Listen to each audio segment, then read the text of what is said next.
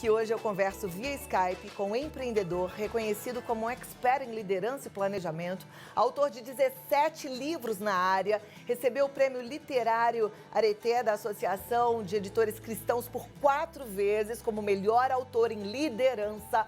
Josué Campanhã está aqui via Skype. Boa tarde, como vai, Josué? É um prazer revê-lo, muito bom poder conversar contigo aqui e te apresentar para toda essa turma mais uma vez. Seja bem-vindo.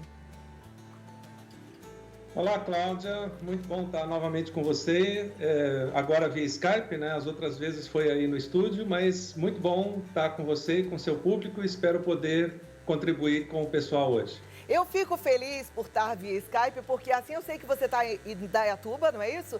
Eu posso mandar o meu beijo especial para essa cidade que é linda, acolhedora, e para todas as vizinhas aí dessa região gostosa do interior de São Paulo.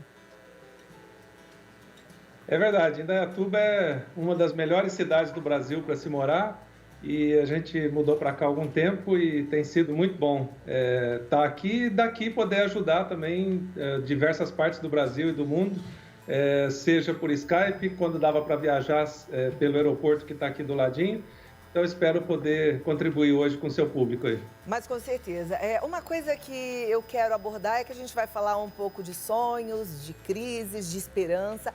Mas aí eu também queria que, como você é um expert em liderança, falasse um pouco sobre como nós, responsáveis pela casa, mães, pais, avô, avó, podemos exercer uma liderança esperançosa dentro da nossa casa também. Combinado? Ok. Então vamos lá. Dá para ter esperança no momento desses de crise? A gente está vendo que a situação está complicada, economicamente falando, a gente tem muitas perdas, né? Em relação à pandemia também, perdas tão significativas e profundas. A vacina aí que pode chegar até o final do ano, mas pode demorar um pouquinho mais. Onde é que a gente se pega para continuar firme com esperança? Bem, eu gosto de usar uma frase que é a seguinte, todo mundo tem influência, não importa sobre quantas pessoas você tem essa influência. Pode ser na sua casa, pode ser para um grupo de 5 alunos que você dá aula, pode ser numa empresa, pode ser numa grande corporação, pode ser numa igreja, todo mundo tem influência. E a questão nesse momento é como a gente usa essa influência.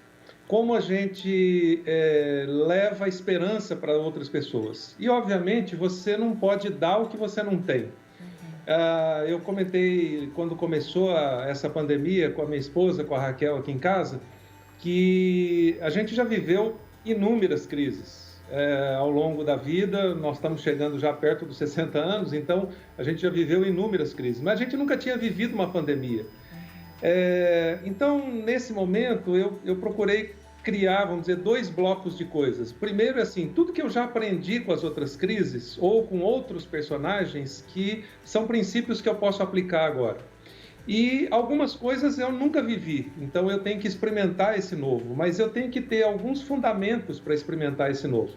E como você mesmo mencionou no início do programa, para mim, até por criação, a minha família, os meus valores, etc., também estão em Deus. Não se trata simplesmente de igreja, de religião ou coisa desse tipo, mas de um relacionamento com Deus. É esse relacionamento com Deus que, mesmo naqueles dias mais terríveis, mais ruins da crise, fazem com que a gente sempre diga, bom, tem alguém no controle.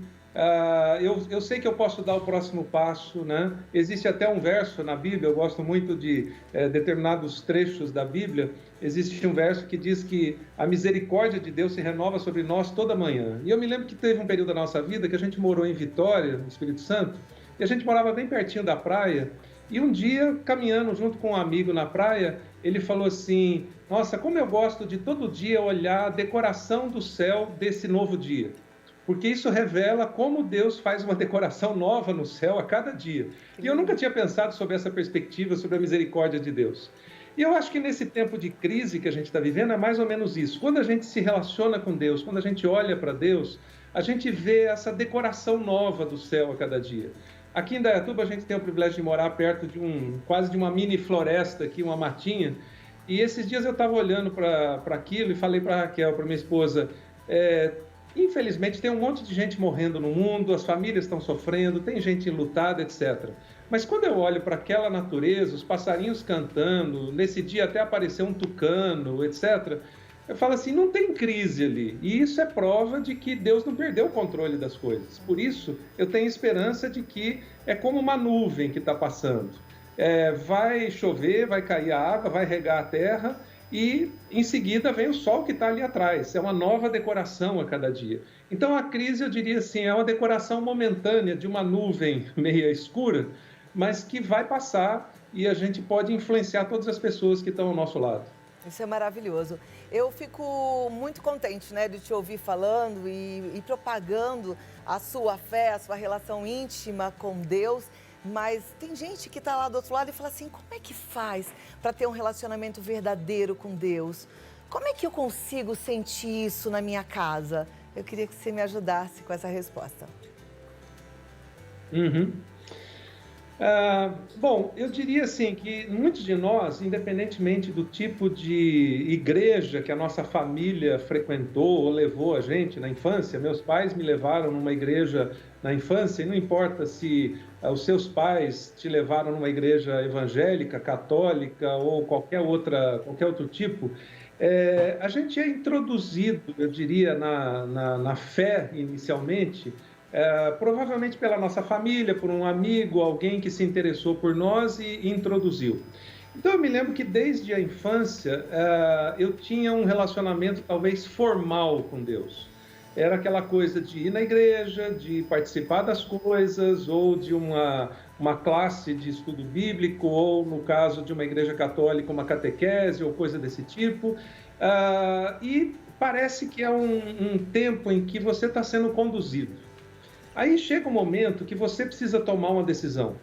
E eu me lembro que na adolescência ainda, houve um momento que eu tomei essa decisão. Eu falei assim, mas peraí, eu estou andando com Deus e estou seguindo Deus porque meus pais me ensinaram somente, porque meus amigos estão fazendo isso, eu estou seguindo a onda da turma, ou realmente isso é possível?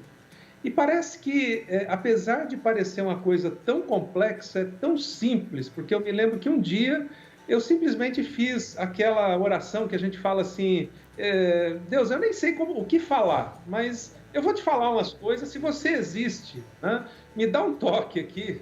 E eu me lembro que eu fiz aquela oração assim, bem simples, como adolescente, dizendo, tipo assim, não era muito a linguagem da época, mas traduzindo para a linguagem de hoje, falei alguma coisa do tipo, cara, eu não sei se você existe, né? Eu aprendi algumas coisas, mas eu não quero viver essa coisa tradicionalíssima de igreja, de fé e tal. Então, se você existe, eu preciso saber que é possível um relacionamento invisível, mas real.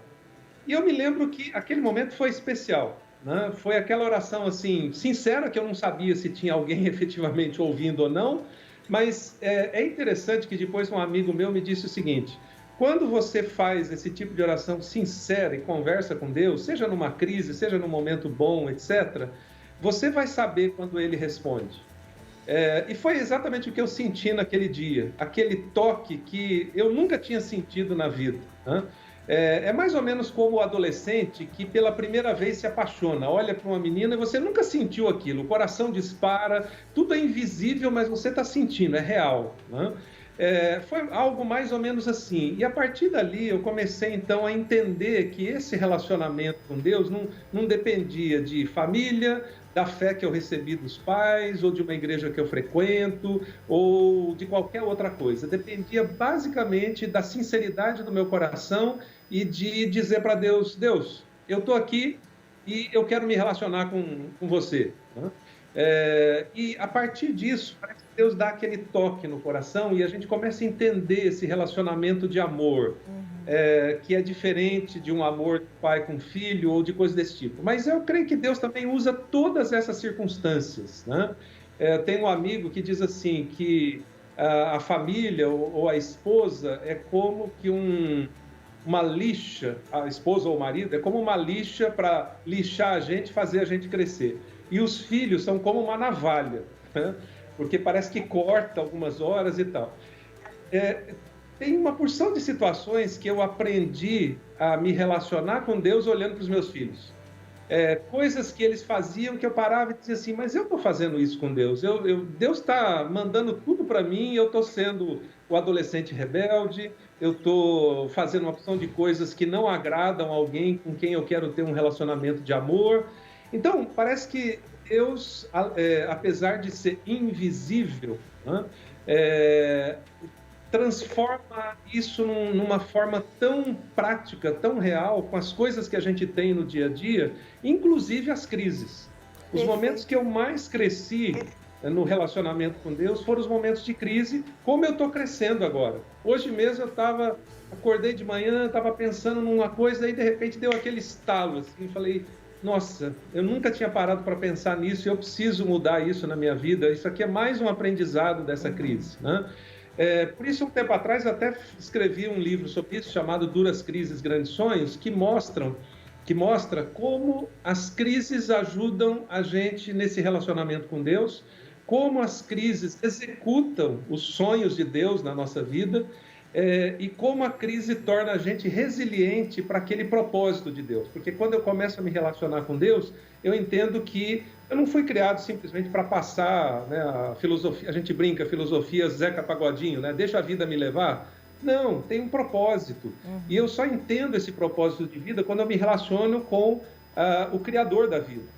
Então, se o Criador da vida tem um propósito, existe propósito, inclusive nas crises. E eu acabei aprendendo que as crises ajudam a executar os propósitos de Deus na nossa vida. As crises ajudam a executar aqueles sonhos que a gente tem, porque elas preparam a gente para não se perder no meio disso. É mais ou menos como aquele adolescente que completou 18 anos e o pai deu uma Ferrari para ele. Ele não está pronto para isso. Ele vai arrebentar a Ferrari no primeiro poste porque ele não está preparado. Parece que na nossa vida é mais ou menos assim. As crises evitam esse desastre e elas ajudam a gente a realizar os propósitos que Deus tem para a gente. Coisa boa de ouvir. Eu tenho certeza que está despertando muito, está frutificando coisas boas no coração de quem está te ouvindo. Agora, eu queria perguntar para você, porque eu sei que você escreve para grandes empresários, para diretores de empresas, palestra para muitos diretores de empresas, e às vezes as pessoas têm um pouco de dificuldade de manter esse relacionamento íntimo, direto, no meio de uma vida cotidiana onde os valores, como eu estava falando hoje no começo, até o versículo de hoje tem a ver com tudo isso que a gente está falando, as pessoas estão presas aos valores dessa terra, né? Ao acúmulo de bens, e quando vem a escassez, esse momento de crise é um momento de escassez, elas se desesperam. Como é que faz para manter isso vivo dentro da gente, num momento assim, para quem hoje vive nesse mundo corporativo, para quem está em home office em casa, para quem está tendo perdas salariais? Eu diria que isso parte de uma visão. O termo visão é muito usado no mundo corporativo, mas eu não estou falando simplesmente da visão da empresa, da organização, eu estou falando da visão pessoal. E nesse livro até que eu te mencionei, o Duras Crises, Grandes Sonhos... Que, aliás, desculpa te cortar, eu li inteiro, eu amei, eu até postei no meu Instagram, maravilhoso, e indico para as pessoas, Duras Crises, Grandes Sonhos, tá certo? Isso, exatamente. Pode continuar, desculpa. Eu uso uma história nesse livro que é uma história real, de uma das pessoas que foi governador do Egito há mais ou menos 3.600 anos atrás. O nome dele era José. Você pode ler essa história nos livros de história ou na Bíblia, que ela também é relatada. E é muito interessante que a história de José mostra para a gente duas perspectivas de enxergar o momento para definir o futuro, que tem a ver com a pergunta que você me fez. Na história de José, ele aos 17 anos, como parte de uma família de 12 irmãos, né, mais 11 irmãos, ele teve uma visão de futuro, ele teve um sonho que tinha a ver com esse relacionamento com Deus que eu mencionei. Naquela época, 3.600 anos atrás, não existia igreja, não existia nada disso. Então era assim, você tinha que medir a sua vida realmente pelo relacionamento com Deus. E José entendeu que esse era um sonho de vida para ele, que Deus tinha dado. Só que ele tinha 17 anos e é o que a gente poderia chamar assim de filhinho de papai, né? Ele ainda não tinha experiência, nunca tinha trabalhado. Então, inicialmente, ele conta isso para sua família. Ele recebe assim o ódio dos seus irmãos, especialmente, porque no sonho ele falou assim: olha, gente, um dia eu vou ser o Bambambam e vocês todos vão, né, depender de mim, etc. Eu vou salvar a nossa família. Ele não sabia exatamente o que significava isso, mas era parte do sonho. Isso gerou um ódio da família. Em seguida, os irmãos dele venderam ele como escravo, porque naquela época existia escravidão. Ele saiu do lugar que ele morava e foi morar no Egito. Ele foi explorado pelos poderosos, ele foi trabalhar duramente como escravo. Enfim, ele viveu inúmeras situações que, a qualquer momento, ele poderia dizer assim: quer saber? Usando a expressão bem popular, né? Vou chutar o pau da barraca. Aquele sonho foi só uma coisa assim... acho que eu ouvi vozes, sei lá, qualquer coisa desse tipo. E isso durou mais ou menos 13 anos na vida de José, dos 17 aos 30 anos. Então, se a gente pudesse fazer um resumo e colocar num gráfico, né, eu gosto de visualizar, então, como administrador, eu colocaria num gráfico assim: José teve um sonho, começou lá em cima, depois ele foi odiado, caiu um degrau, depois ele foi vendido como escravo, caiu mais um, depois ele foi explorado por gente poderosa, caiu mais um, depois a mulher do chefe quis transar com ele, ele não topou, ele caiu mais um, daí o chefe dele mandou ele para a prisão por causa disso, porque a mulher inverteu a história, e ele ainda foi esquecido na prisão. Se a gente colocasse num gráfico, seria um gráfico decadente, crise atrás de crise, sem nenhuma perspectiva. Mas é interessante que José não desistiu. Isso foi a coisa que mais me chamou a atenção. Como alguém consegue manter uma visão de futuro? Então eu diria que a visão depende do primeiro fator que eu coloquei, do relacionamento com Deus.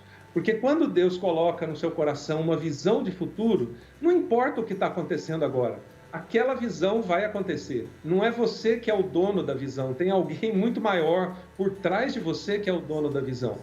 E em todos esses momentos, quando a gente olha sob uma outra perspectiva, a gente vê um gráfico totalmente diferente. O gráfico que eu mostrei para vocês, decadente, é uma perspectiva humana, né? Odiado, traído, abandonado, jogado na prisão, esquecido. O gráfico do ponto de vista de Deus é assim: preciso treinar José para ser governador do Egito daqui 13 anos, mais ou menos. Qual a primeira coisa que ele precisa aprender? Relacionamentos. Qual é a melhor forma de fazer isso? As pessoas mais próximas de você te machucarem ou você machucá-las e você ter que trabalhar aquilo, pedir perdão, etc. Depois, Deus manda ele para ser escravo. Só que lá no Egito, quando ele foi, durante os 7 anos de vacas gordas e vacas magras, que ele foi o governador, acabou toda a comida e as pessoas entraram em desespero e vieram pedir para José: por favor, nos compre como escravos para, basicamente, a gente receber comida. Aqui a gente tem uma prova concreta de que José aprendeu todas as lições em todas as etapas. Ele disse: não, eu não só vou dar sementes para vocês, mas eu não vou comprar vocês como escravos simplesmente para explorá-los, porque eu já fui escravo, eu sei como é que é esse negócio. Então eu vou dar sementes, vocês plantam e de tudo que vocês escolherem, eu vou querer só 20% para o governo e 80% fica para suas famílias, para vocês reconstituírem suas vidas. José nunca tinha trabalhado, então ele foi trabalhar na casa de um homem poderoso. E nessa casa ele se tornou um administrador. Como é que você ia administrar uma nação se você não sabia nem o que era trabalho e nem o que era administração? Então, o gráfico do ponto de vista de Deus, para resumir, ele é ascendente. José aprendeu o valor dos relacionamentos, o valor do trabalho, o valor de um ser humano quando ele se tornou escravo, o valor da administração, o valor da honra. E aí ele saiu da prisão, injustamente preso, para o palácio. Hoje a gente vê o contrário, né? Do palácio para a prisão. Por quê? Porque normalmente esses líderes não foram forjados ou formados em meio às crises que dariam para eles valores e um caráter para realmente servir uma cidade, uma nação, etc. Então, é por isso que eu disse para você, Cláudia, no início, que eu aprendi que os grandes sonhos normalmente são fruto de duras crises, como no caso de José. E eu acho que o momento que a gente está vivendo é isso. Não olhe simplesmente esse momento como o fim da história. Ele é só uma parte, ele é a parte que torna emocionante a história. Se a gente transpusesse isso para um filme, né, dando um último exemplo, Você não gosta de ver um filme que é assim o tempo todo, né? Sem ação, sem emoção. Você gosta do mocinho sendo pressionado pelo bandido ou coisa desse tipo, alguém perseguido, aquela virada e tal. Pois é, nós estamos vivendo um momento assim na nossa vida. O momento em que o filme está dando uma virada. Mas o final do filme é muito melhor, porque não sou eu que estou cuidando dele. É Deus que está cuidando da visão que ele deu. Uau. Vou terminar por aqui, porque eu quero que as pessoas fiquem com as suas palavras no coração. Você que está em casa, vai refletindo.